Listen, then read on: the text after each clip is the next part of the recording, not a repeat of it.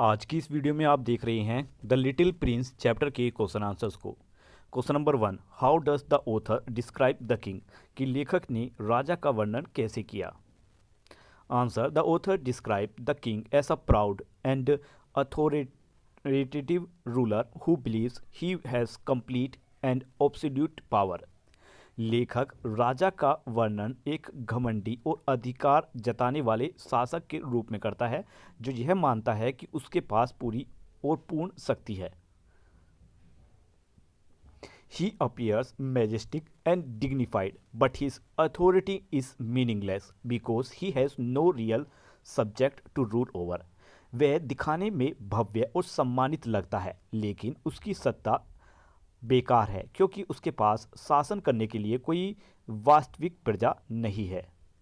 Question second, what did the king fundamentally insist upon, राजा मूल रूप से किस बात पर जोर देता था। Answer, the king fundamentally insist that his authority must be respected. राजा मूल रूप से इस बात पर जोर देता था कि उसकी सत्ता का सम्मान होना चाहिए। ही believe that obedience to his orders was essential and that no disobedience should be tolerated. वह मानता था कि उसके आदेशों का पालन करना बहुत जरूरी है और किसी भी प्रकार की डिसओबीडियंस यानी उसके आदेश का पालन ना करना सहन नहीं किया जाना चाहिए। Question third, why did he not want the little prince to live, वह लिटिल प्रिंस को जाने क्यों नहीं देना चाहता था। Answer is, the king did not want the little prince to live because he was his only subject. Having the little prince made him feel important and powerful as a ruler. राजा little prince को इसलिए नहीं जाने देना चाहता था क्योंकि वही उसका एकमात्र प्रजा था। लिटिल प्रिंस के होने से उसे एक शासक के रूप में खुद को महत्वपूर्ण और शक्तिशाली महसूस होता था। Question 4, what offers were made to the little prince in order to make him stay, little prince को रोकने के लिए कौन कौन से प्रस्ताव दिए गए। Answer, to make the little prince stay the king offered him important position such as minister of justice and later ambassador. Little prince को रोकने के लिए राजा ने उसे न्याय मंत्री और बाद में राजदूत जैसे इंपॉर्टेंट पोजीशंस देने की पेशकश की। Question 5, how does a man according to the king attain true wisdom, राजा के अनुसार मनुष्य सच्ची बुद्धि कैसे प्राप्त करता है। Answer is, according to the king a man attains true wisdom by learning to जज हिमसेल्फ करेक्टली। राजा के अनुसार मनुष्य सव्य या सही मूल्यांकन करना सीखकर सच्ची बुद्धि प्राप्त करता है। He believe that judging oneself is more difficult than judging other, वह मानता है कि दूसरों का को जज करने की तुलना में सब खुद को जज करना अधिक कठिन होता है। Question B, answer the following question with reference to the question First line, if he had been master of such complete authority, he would have been able to watch the sunset. Question is, who is the narrator talking about in this line? इन लाइनों में किसके बारे में बात हो रही है, तो the narrator is talking about the little Prince.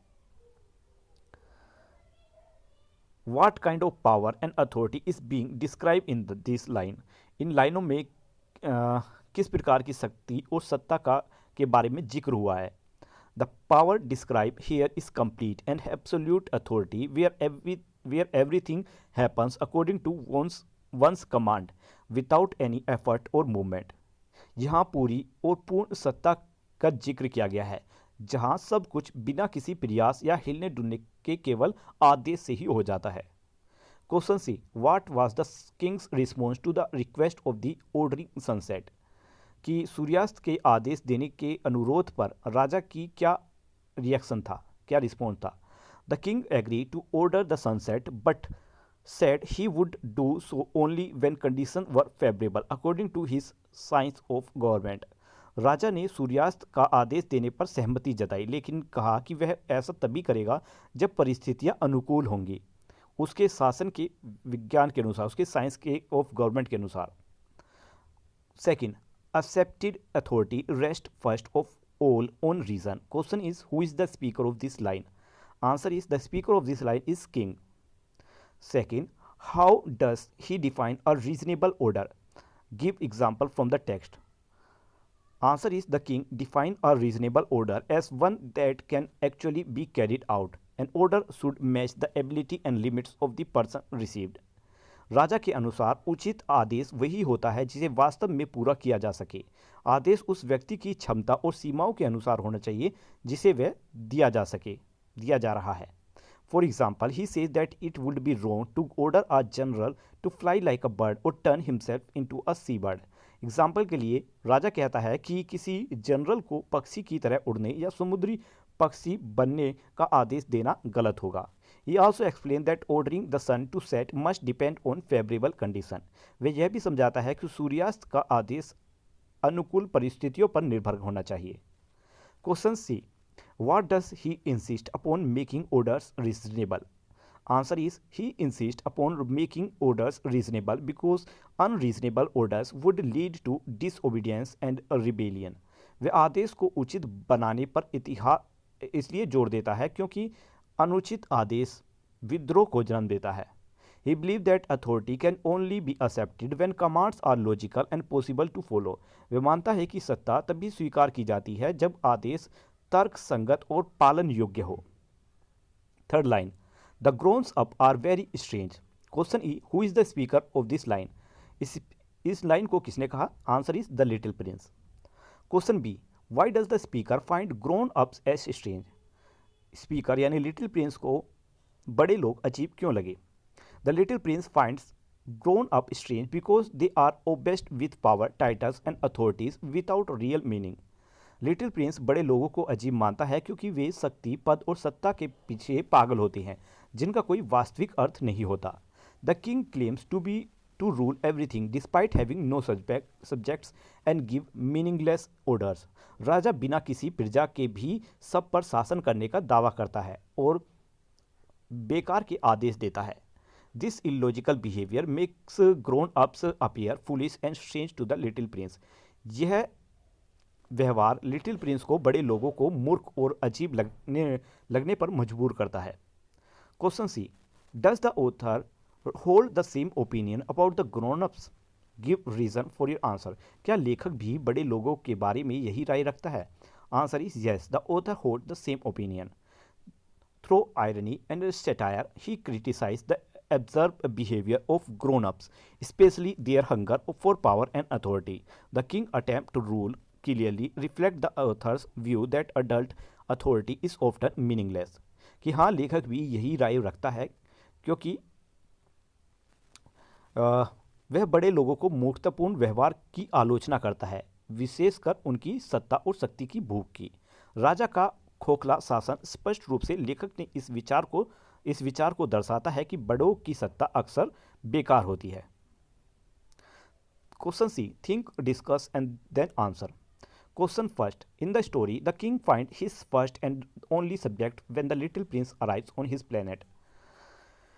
कहानी को में राजा को अपने पहली और एकमात्र प्रजा तब मिलती है जब लिटिल प्रिंस उसके ग्रह पर आता है। He does everything to stop the prince living. वह सब कुछ करता है राजकुमार को या लिटिल प्रिंस को रोकने के लिए।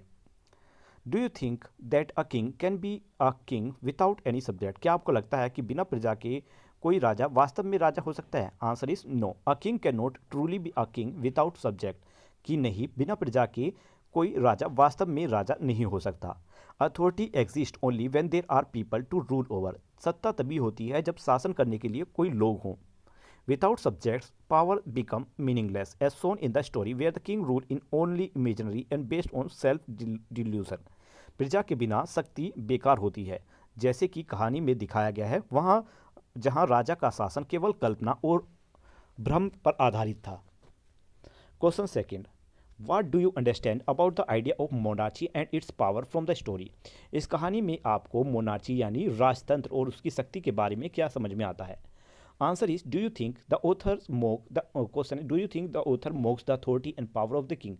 Answer is, the story shows the monarch based solely on authority and command is hollow and ineffective. यह कहानी दिखाती है कि केवल आदेश और सत्ता पर आधारित राजतंत्र खोखला और अप्रभावी होता है। True power must be support by reason and responsibility. सत्ता शक्ति को तर्क और जिम्मेदारी का सहारा होना चाहिए। Yes, the author मॉक्स the king authority bye portraying him as a ruler with no kingdom and no subject, exposing the absurdity of blind power. कि हाँ, लेखक राजा को बिना राज्य और बिना प्रजा वाला शासक दिखाकर उसकी सत्ता का मजाक उड़ाता है और अंधी शक्ति की बेतुकापन को उजागर करता है। तो ये वीडियो यहीं पर कंप्लीट होती है। मिलते हैं नेक्स्ट वीडियो में, तब तक के लिए बाय बाय।